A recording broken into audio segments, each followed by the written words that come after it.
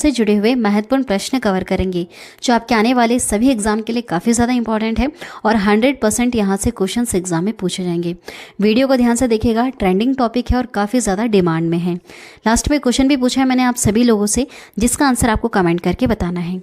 शुरू करते हैं फर्स्ट क्वेश्चन से। भारत के नए संसद भवन का उद्घाटन कब किया गया? उत्तर होगा ऑप्शन सी वाला 28 मई को। 28 मई को भारत के नए संसद भवन का उद्घाटन किया गया है, 28 मई 2023 को। नेक्स्ट है, भारत के नए संसद भवन का उद्घाटन 28 मई को किसके द्वारा किया गया? कौन है यह हमारे भारत देश के प्रधानमंत्री हैं नरेंद्र मोदी। इनके द्वारा नए संसद भवन का उद्घाटन 28 मई 2023 को किया गया। कहाँ पर किया गया है? नई दिल्ली में किया गया है। अगला देखिएगा, नए संसद भवन का वास्तुकार कौन है? यह सवाल एग्जाम में पूछा जाएगा। बताइए उत्तर क्या होगा? उत्तर होगा यहाँ पर ऑप्शन ए वाला, बीमल पटेल। बीमल पटेल नए संसद भवन के वास्तुकार हैं। कुछ एक्स्ट्रा पॉइंट्स भी हम यहाँ पर कवर करेंगे। देखिए, नई संसद भवन का निर्माण टाटा प्रोजेक्ट ने किया है, जबकि इसके डिज़ाइन को अहमदाबाद की company HCP design and management private limited ने अंजाम दिया है। अगला सवाल है, नए भवन को बनाने में लगभग कितने करोड़ रुपए खर्च किए गए हैं? देखिए 1200 करोड़। कितने? 1200 करोड़ रुपए में बनकर तैयार हुआ है नया भवन हमारा। ठीक है, नया संसद भवन। यहाँ पर आप पीछे देख रहे होंगे, ये जो गोल आकार में बना हुआ है यह पुराना है। ये बना था 1921 में शुरू हो गया था इसका काम बनना, और 1927 में यह बनकर तैयार हो गया था। ये पुराना वाला संसद भवन, इसको बनने में उस समय 83 लाख इतने रुपए का ही खर्च आया था। लेकिन अब जो बनाया गया है सन 2023 में जो बनकर तैयार हुआ है, इसको बनाने में 1200 करोड़ रुपए का खर्च आया है। चलिए नेक्स्ट है, नए भवन के लोकसभा चैम्बर में कितने सदस्यों की बैठने की क्षमता है? कितने इसमें बैठ सकते हैं? देखिए 888 सदस्य इसमें बैठ सकते हैं। इतने बैठ सकते हैं, याद रखिएगा, काफ़ी ज़्यादा इंपॉर्टेंट पॉइंट। एक्स्ट्रा पॉइंट्स यहाँ पर कवर करेंगे। नए भवन के लोकसभा चैम्बर में 888 सदस्य और राज्यसभा के चैम्बर में 384 सदस्य बैठ सकते हैं।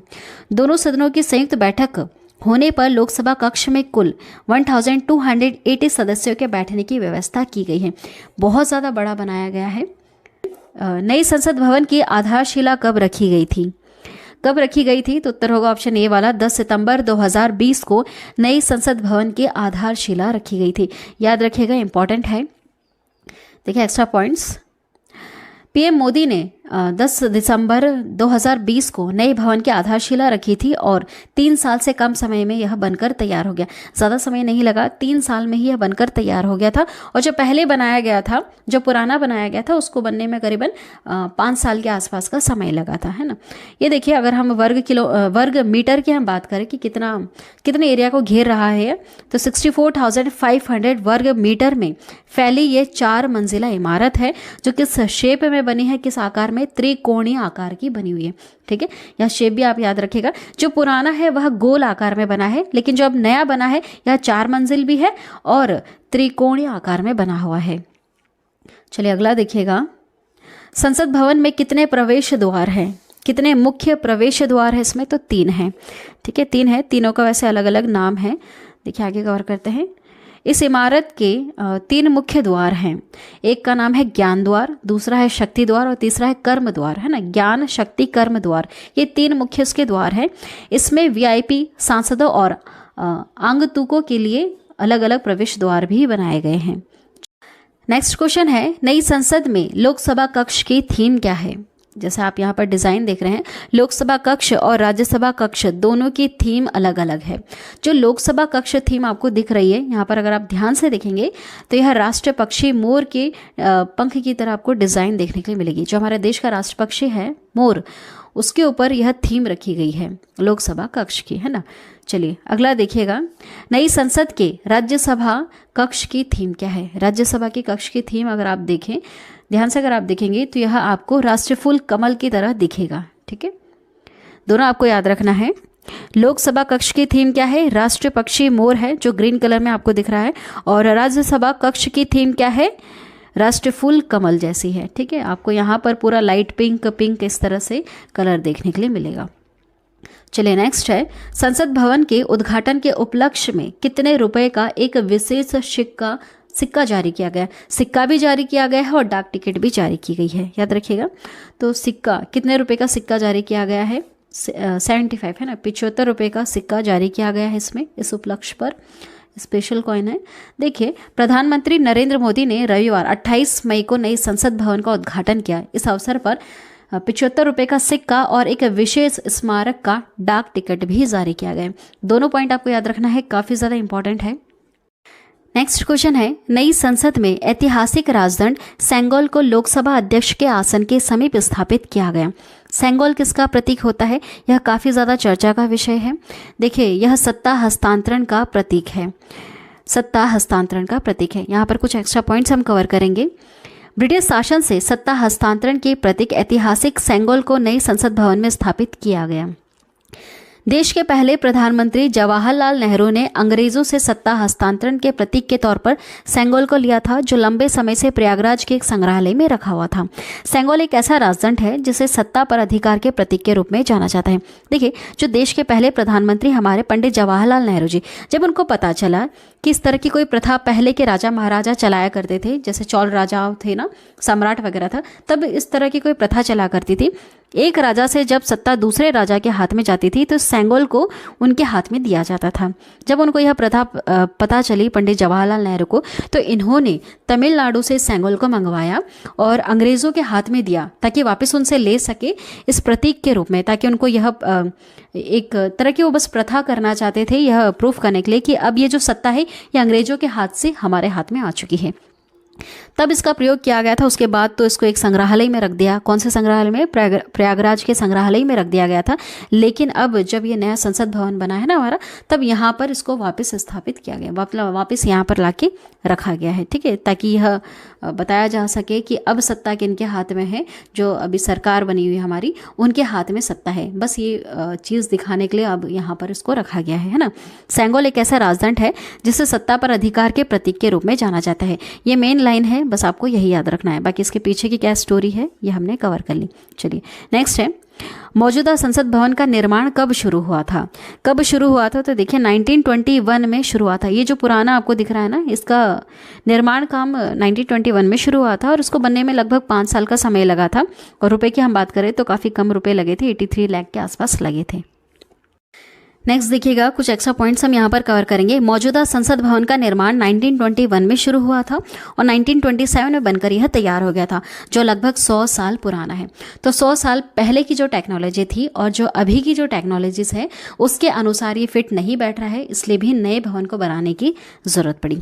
देखिए 2026 के बाद परिसीमन की स्थिति में लोकसभा सीटों की संख्या बढ़ सकती है, क्योंकि सीटों की संख्या बढ़ाने पर लगी पाबंदी सन 2026 में समाप्त हो जाएगी। देखिए इस लाइन को समझना बहुत ज़्यादा ज़रूरी है।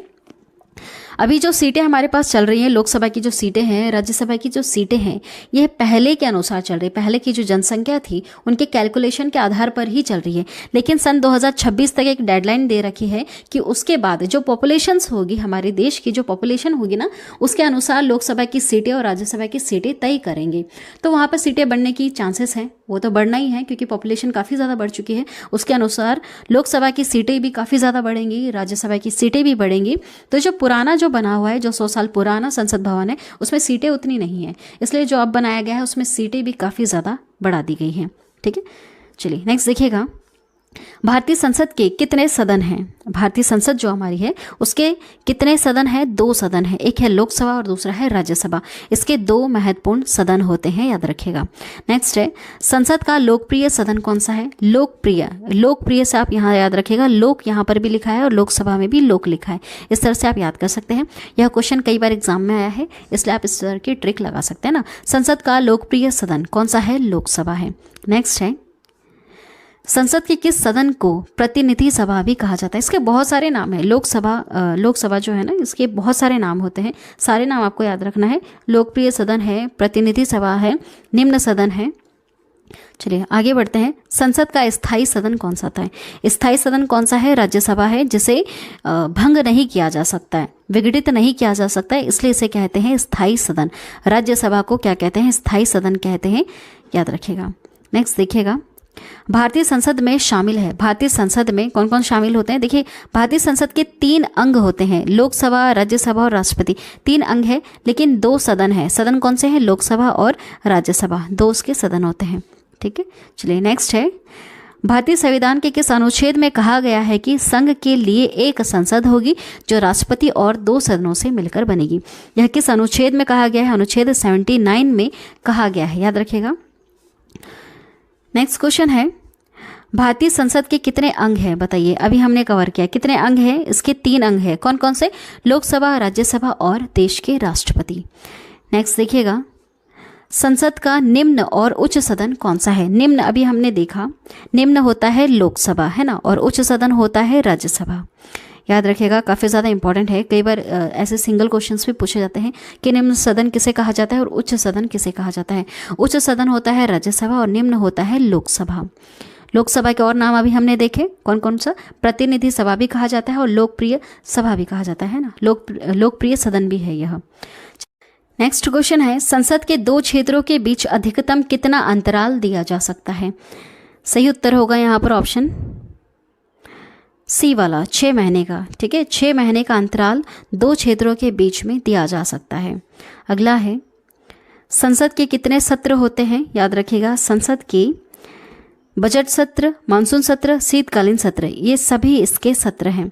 ठीक है, कितने सत्र हैं? सभी हैं इसके, बजट सत्र भी है, मानसून सत्र भी है और शीतकालीन सत्र भी है।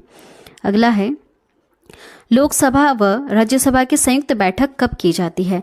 जब लोकसभा एवं राज्यसभा में मतभेद हो जाता है तब दोनों की संयुक्त बैठक की जाती है। अगला है, स्वतंत्र भारत के संसदीय इतिहास में अभी तक कितने बार संयुक्त बैठक या संयुक्त अधिवेशन बुलाया गया है? कितनी बार? तो ऐसा 3 बार ही हुआ है कि संयुक्त बैठक इनकी बुलाई जा सके। ठीक है, नेक्स्ट है, संसद के दोनों सदनों के संयुक्त अधिवेशन की अध्यक्षता कौन करता है? अगर बुलाया जाता है इस तरह से दोनों को एक साथ, तो इसकी अध्यक्षता कौन करते हैं? लोकसभा के अध्यक्ष इसकी अध्यक्षता करते हैं। अगला सवाल है, भारत की संचित निधि से धन निर्गम पर किसका नियंत्रण होता है? हमारी जो देश की संसद है उसका नियंत्रण होता है भारत की संचित निधि से धन निर्गम का। ठीक है, चलिए अगला सवाल देखिएगा जो आप सभी लोगों के लिए है, जिसका उत्तर अभी आपको कमेंट करना है। क्वेश्चन है, निम्नलिखित में से कौन सी एक सबसे बड़ी संसदीय समिति है? इसमें से कौन सी है आपको कमेंट करके बताना है। चलिए आज की वीडियो में इतना ही। जो नया भारतीय संसद बना है उसके बारे में हमने सारे क्वेश्चंस कवर कर लिए जो काफ़ी ज़्यादा इंपॉर्टेंट है और 100% क्वेश्चन यहाँ से पूछे जाएंगे। वीडियो अगर पसंद आई है तो चैनल को भी सब्सक्राइब करना, बेल नोटिफिकेशन आइकन पे ऑल प्रेस ज़रूर कर देना। Thank you.